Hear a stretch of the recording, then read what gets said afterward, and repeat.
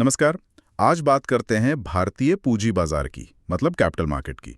हमारे पास NISM के study notes हैं, चैप्टर 1 पर फोकस रहेगा।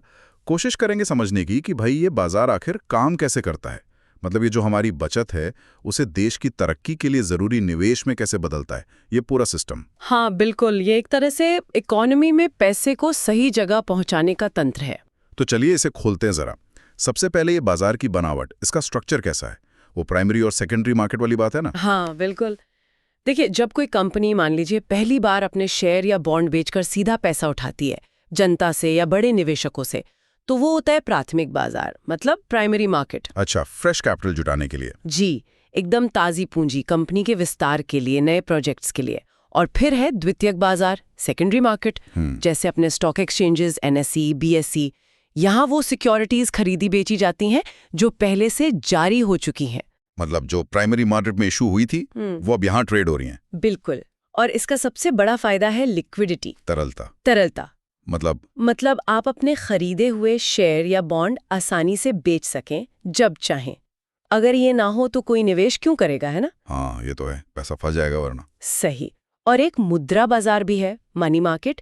ये बहुत छोटी अवधि के लिए होता है। अच्छा, शॉर्ट टर्म फंड्स के लिए। हाँ, कुछ दिन या कुछ महीनों के लेन देन के लिए। ठीक है, तो ये तो हुई बाजार की किस्में। हाँ। अब इनमें मिलता क्या है, मतलब प्रोडक्ट्स क्या क्या हैं?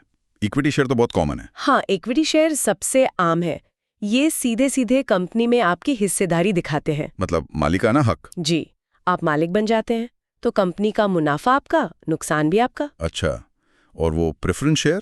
प्रेफरेंस शेयर वालों को थोड़ी प्राथमिकता मिलती है डिविडेंड मिलने में, या अगर कंपनी बंद हो रही है तो पैसा वापस मिलने में इनको इक्विटी वालों से पहले हक मिलता है। ओके। और कन्वर्टेबल्स?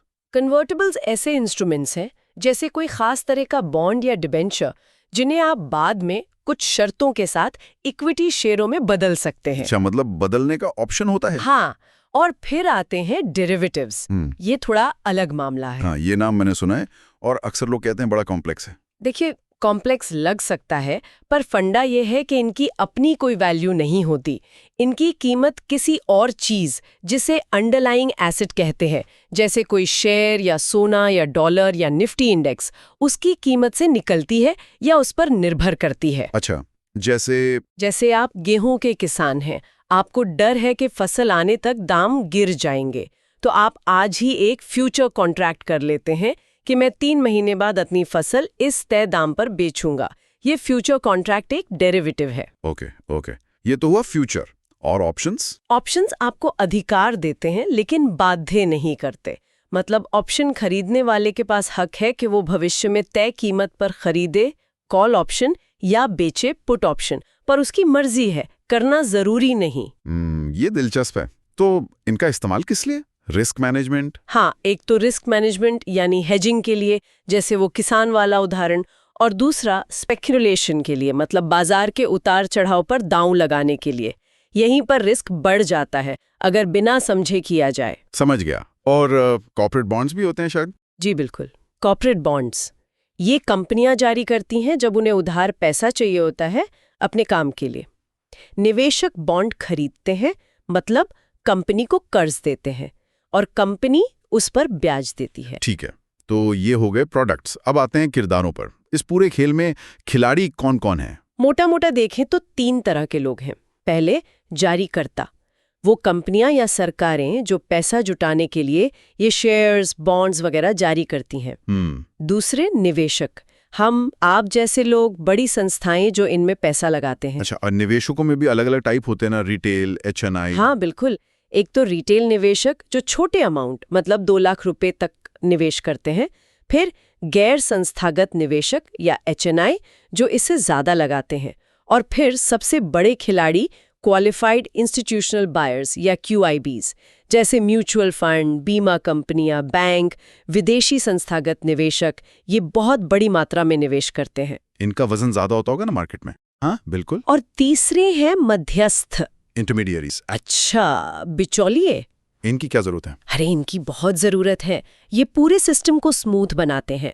सोचिए, करोड़ों लोग रोज ट्रेड कर रहे हैं। इसमें स्टॉक ब्रोकर्स हैं जिनके जरिए आप खरीदते बेचते हैं, मर्चेंट बैंकर्स हैं जो कंपनियों को इशू लाने में मदद करते हैं, पूरी प्रक्रिया मैनेज करते हैं।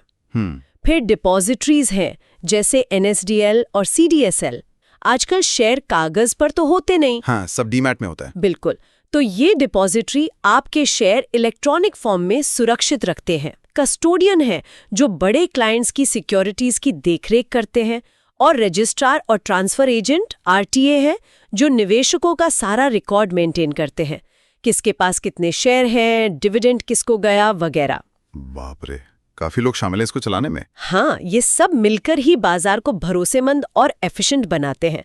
इनके बिना तो काम ही न चले। और इन सब पर निगरानी रखने के लिए भी तो कोई है, रेगुलेटर्स। बिल्कुल। यहीं पर रेगुलेटर्स यानी नियामक आते हैं।